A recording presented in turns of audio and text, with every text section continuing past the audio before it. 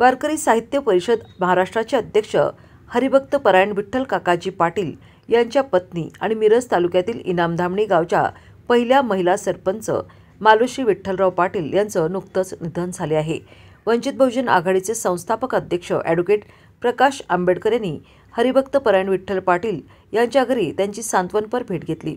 यावेळी त्यांनी मालुश्री विठ्ठलराव पाटील यांच्या निधनाबद्दल शोक व्यक्त करून श्रद्धांजली अर्पण केली। मालुश्री पाटील यांचा वारकरी साहित्य परिषदेच्या कार्यात सक्रिय सहभाग होता। मुक्ताई जनाई महिला हरिपाठ मंडळाच्या त्या राज्य अध्यक्षा होत्या। राजकीय, सामाजिक आणि शैक्षणिक क्षेत्रात विविध पदांवर त्यांनी काम केले आहे।